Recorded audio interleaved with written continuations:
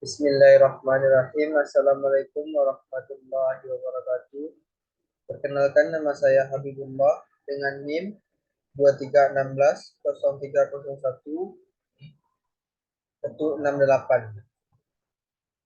Baiklah, saya akan menjelaskan soal satu. Catatlah transaksi-transaksi berikut ini dalam jurnal umum menggunakan sistem persediaan perpetual dan periodik.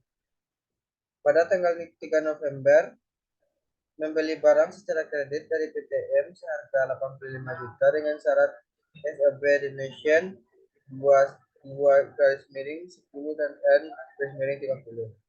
Pada tanggal 4 November menjual barang secara tunai senilai Rp 37.680.000.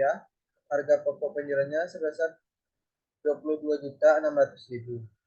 Pada tanggal 5 November membeli barang secara kredit dari PTP seharga Rp47.500.000 dengan syarat SOP shipping point 2 garis miring 10 N per 30, ongkos kirim sebesar Rp810.000. Pada tanggal 6 November mengembalikan barang yang dibelikan tinggal 3 November dari PTM sebesar 18 juta.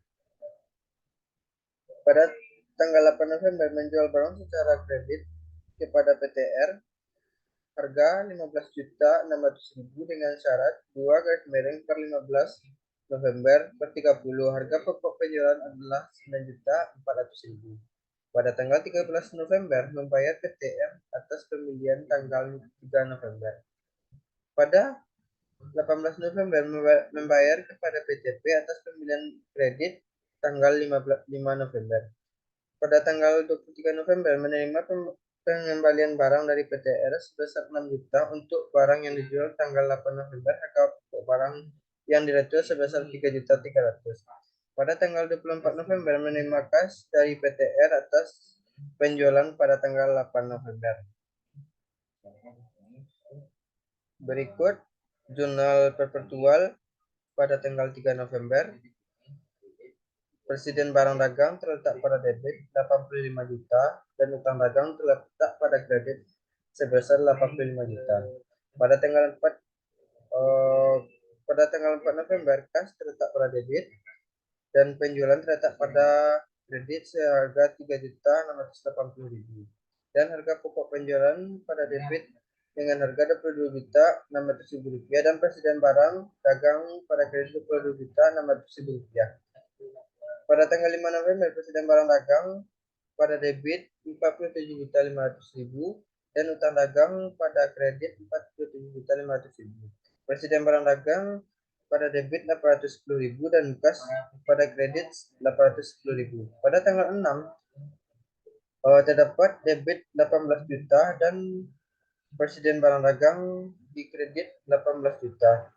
Pada tanggal 8 November piutang dagang pada debit 15.600.000 dan penjualannya 15.600.000 dan harga pokok penjualan 9.400.000 dan presiden barang dagang terletak pada kredit 9.400.000. Utang pada tanggal 13 November utang dagang pada debit sebesar 85 juta dan kas pada kredit 83.300.000.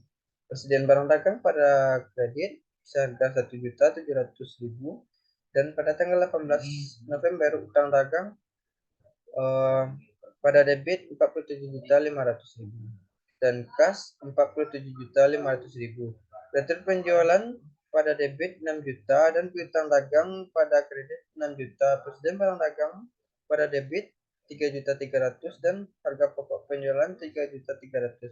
Pada tanggal 24 November terdapat kas pada debit 9.600.000 dan piutang dagang terdapat kredit 9.600.000. Berikut jurnal umum metode predik. Pada tanggal 3 November pembelian barang di debit 85 juta dan utang dagang di kredit 85 juta. Pada tanggal 4 November terdapat kas di debit 37.680.000 dan penjualannya pada kredit 37.680.000. Pada tanggal 5 November pembelian barang pada debit 47.500.000 dan utang dagang pada kredit 47.500.000. Beban angkut pembelian terdapat pada debit Rp810.000, pada kas di kredit Rp810.000. Pada tanggal 6 November, utang dagang pada debit 18 juta dan retur pembelian pada kredit 18 juta. Pada tanggal 8 November, utang dagang pada debit 15.600.000 dan penjualannya 15.600.000. Pada tanggal 13 November, terdapat utang dagang pada debit 85 juta dan kas pada kredit 83.300.000 dan diskon pembelian pada kredit 1.700.000. Utang dagang pada debit 47.500.000 dan kas 47.500.000 pada kredit. Retur penjualan pada debit 6 juta dan utang dagang pada kredit 6 juta pada tanggal 24 November. Terdapat kas pada debit 9.600.000 dan utang dagang 9.600.000 pada kredit. Baik, inilah contoh soal yang dapat saya selesaikan. Berikut soal nomor 2 saya akan jelaskan dengan video yang lainnya.